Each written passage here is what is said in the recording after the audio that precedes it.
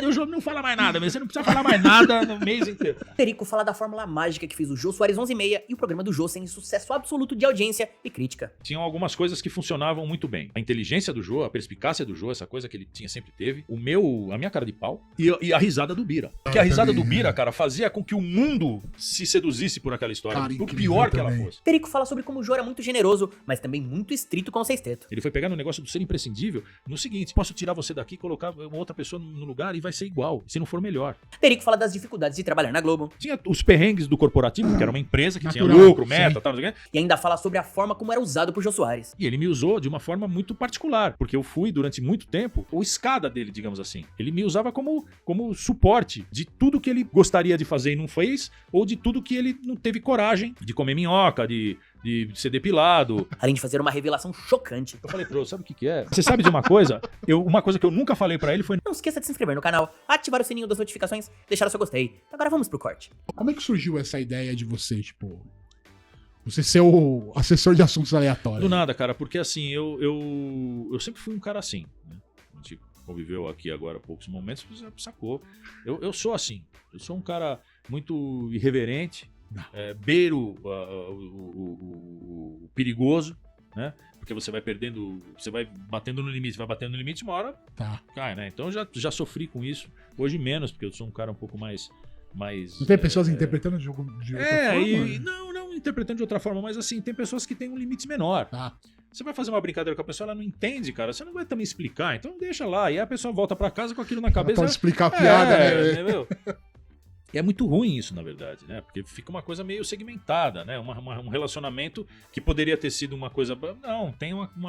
Aí você liga, pô, não sei se você entendeu o que eu te falei aqui. Não, bicho, sabe? Pô, Deus, Já foi, tá falado. já foi, mano. entendeu? Então, e eu sempre fui assim. Meu pai era assim. Meus irmãos são assim. Você vai conhecer meu irmão, cara, o Serginho. Meu irmão é uma coisa a ser estudada por cientistas. Rodrigo, eu tava vendo uns Ele é vídeos muito dele, louco. ele tem um semblante, É, ele passa uma paz, velho. isso, mas vai E ele é conversar grandão, com né? ele. Vai conversar com ele. É incrível. Então, assim, a gente sempre foi assim. E aí, o que acontece é que você lida com um cara como o Jô, que é antenado, ele tem antena parabólica, cabo, fibra ótica, ele é ligado em tudo. E você se coloca dessa forma, ele entende que aquilo é uma coisa, e você trabalha para ele, né? Você tá lá como uma peça fundamental de uma estrutura dele.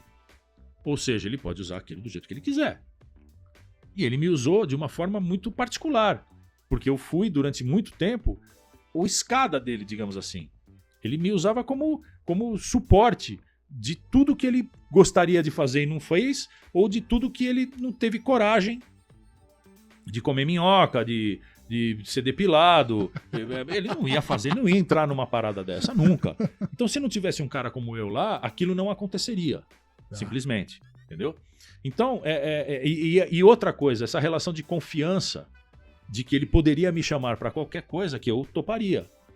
E eu, numa confiança que eu poderia ir, porque eu não ia me dar mal, porque ele jamais me colocaria numa situação Sim. de eu quebrar uma perna, de eu me fuder de alguma forma. Isso nunca aconteceu. A gente pensar que o Derico é um personagem que o Jô criou Não, o Derico não, o assessor de assuntos aleatórios sim, É. mas não como personagem, como título. Porque Porque ele. o assessor não era um personagem.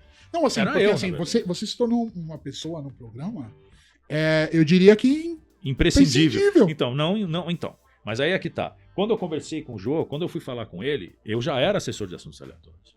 E a coisa do imprescindível não era com relação a isso. Acredito eu que a minha relação com ele, com relação a minhas participações, era uma coisa. Eu, enquanto um quinto de um grupo, era outra completamente diferente. Eu acho que nisso é que ele foi pegar. Ele foi pegar no negócio do ser imprescindível no seguinte: eu posso tirar você daqui, colocar uma outra pessoa no lugar e vai ser igual, se não for melhor. Agora, me faça mudar de ideia. Entendeu? acho que fez. Né? Acredito que sim, porque pra ele estava certo.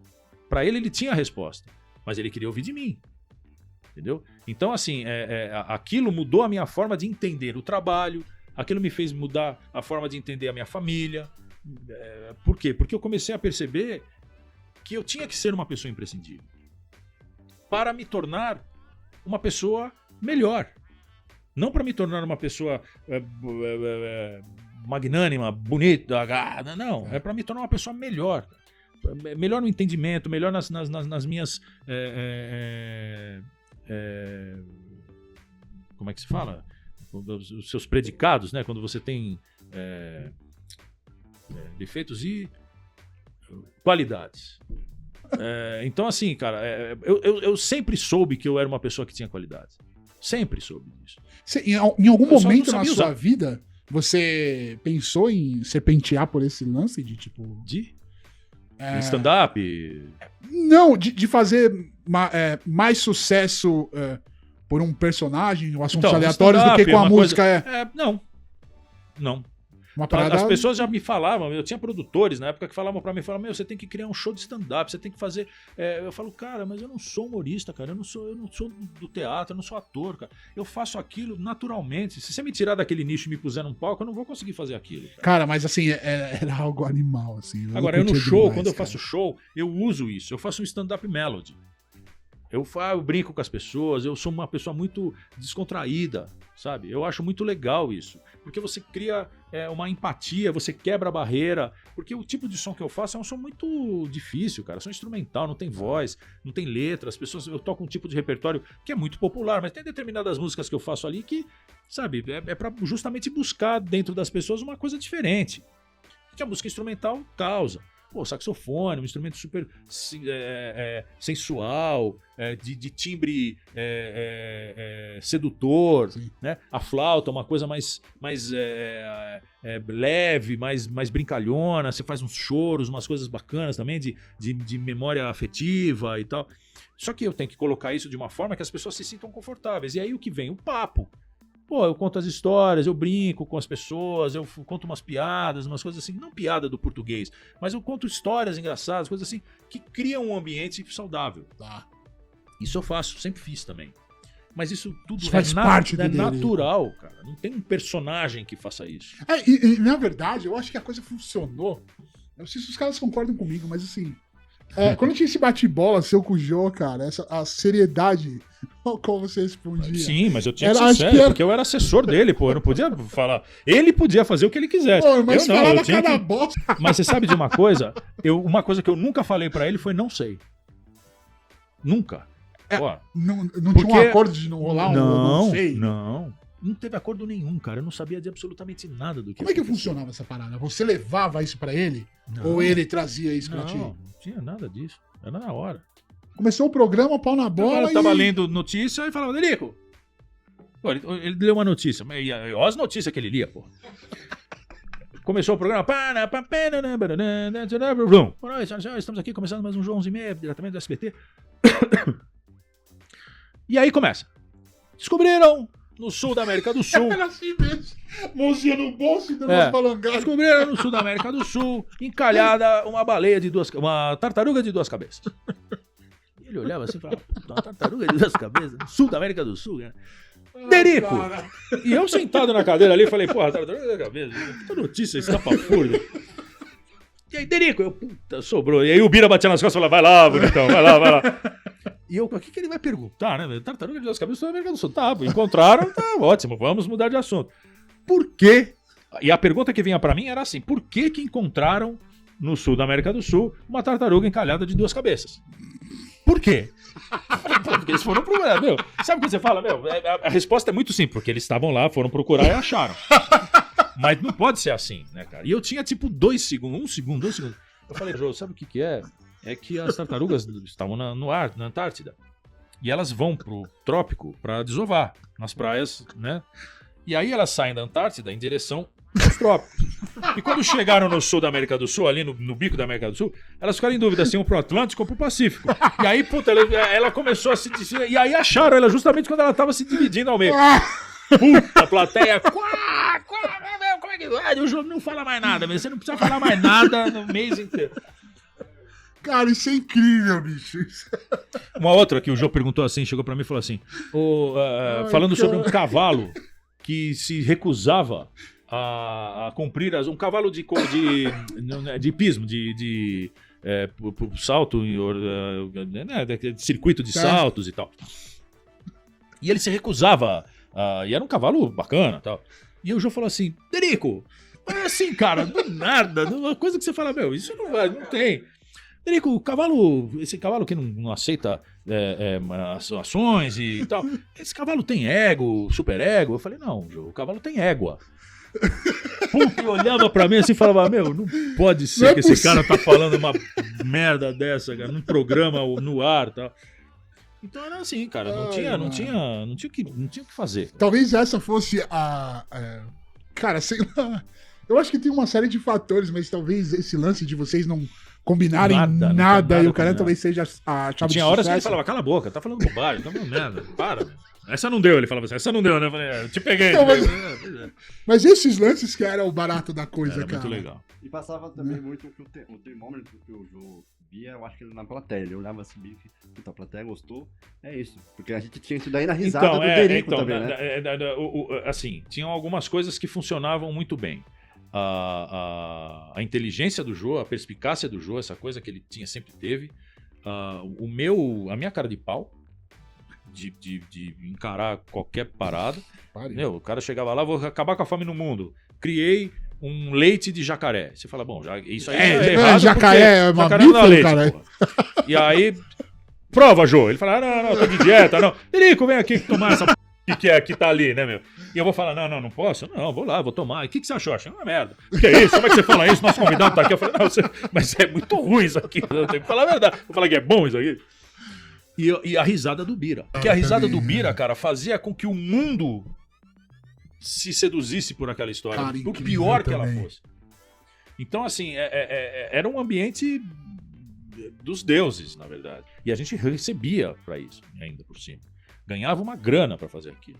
E todos os benefícios que uma empresa dava pra quem era CLT. Então, cara, eu ia trabalhar, cara, um astral lá no céu. E o clima Porque entre era vocês muito era da hora. legal, cara. Era muito legal. Tinha os perrengues do corporativo, que era uma empresa que Natural, tinha lucro, meta, sim. tal, não sei o quê, mas a gente tinha uma liberdade de ação que propunha não o anarquismo, porque isso também não existia, porque a gente devia prestação de contas a um Sim. monte de gente ali. Mas o nosso caso, do sexteto, do quinteto e depois do sexteto, a gente não tinha um chefe. O chefe era o Jô. Então a gente criou um ambiente ali de que a gente devia ao Jô. E isso tornava a nossa vida uma vida muito boa, na verdade. Porque ele era um cara super rígido com relação às coisas simples, sabe? A se comportar, a se vestir bem, a estar de barba feita, eu estar de trança sempre. Sabe essas coisas? Isso fazia uma diferença para ele enorme. Por quê? Porque dava a entender que a gente estava respeitando o espetáculo.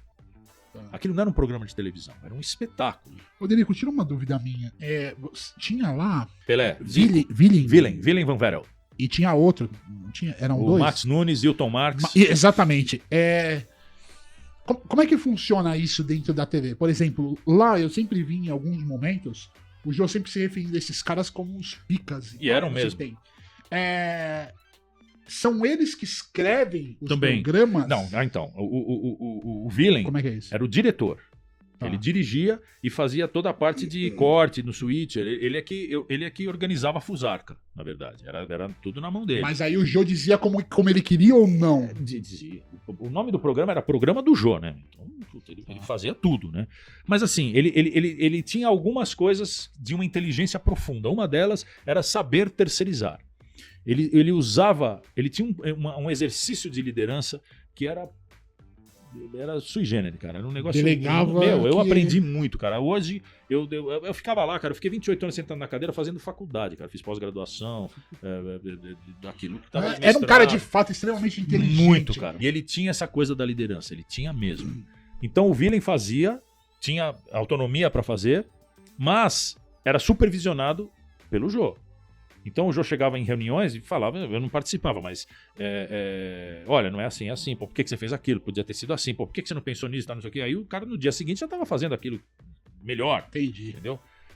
O Hilton Marx e o Max Nunes, já falecido, eram os redatores. Então o Hilton escrevia o speech inicial, era todo feito pelo Hilton. Tá, aqueles textos iniciais. As tá. notícias e tal, e coisas interessantes, histórias, tal, não sei o que, o Hilton é que escrevia. O Max era um comediante mesmo. O Max era um cara que fazia a diferença ali no quesito segurança do Jô, de segurança não física, mas emocional. Não, entendi. E pitacos espetaculares que ele dava, assim. Então, era uma equipe muito coesa, né? No sentido de união mesmo, da coisa física e da forma de pensar. O programa do Jô e o Jô Soares 11h30 marcaram época. Foi um programa único no Brasil e no mundo. Apesar do Jô ter meio que copiado a ideia dos famosos Johnny Carson e David Letterman, o feeling da versão brasileira era muito diferente e Jô usava seu elenco, o sexteto e muitas vezes membros da produção de forma magistral. Programas como o do Danilo Gentili nunca vão chegar perto do que o Jô fez.